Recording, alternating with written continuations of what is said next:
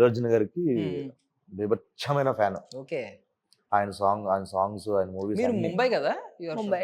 Okay. కేరళలో ఎక్కువ వింటా ఉంటాం కదా మల్లు మల్లు అర్జున్. అదే అంటున్నా నేను, ఆర్య అనగానే ముంబై ఆల్సో. ఆర్య టైంలో కేరళలో ఫేమస్ బాగా ఆయన, ఓకే. చాలా ఫేమస్ కదా. సో నేను ఈవిడ అప్పటి నుంచి And fan అంటే his నేను Hindi dub movies, no? yeah. Okay. They are very famous there.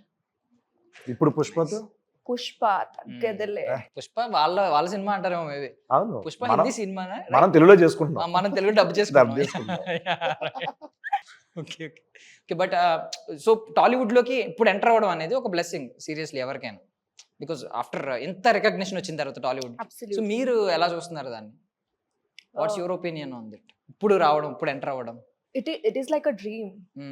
It's really like a dream. And for me personally, I love South cinema. I grew up watching all the movies. My family is into music and movies a lot, so we watch every kind of movie.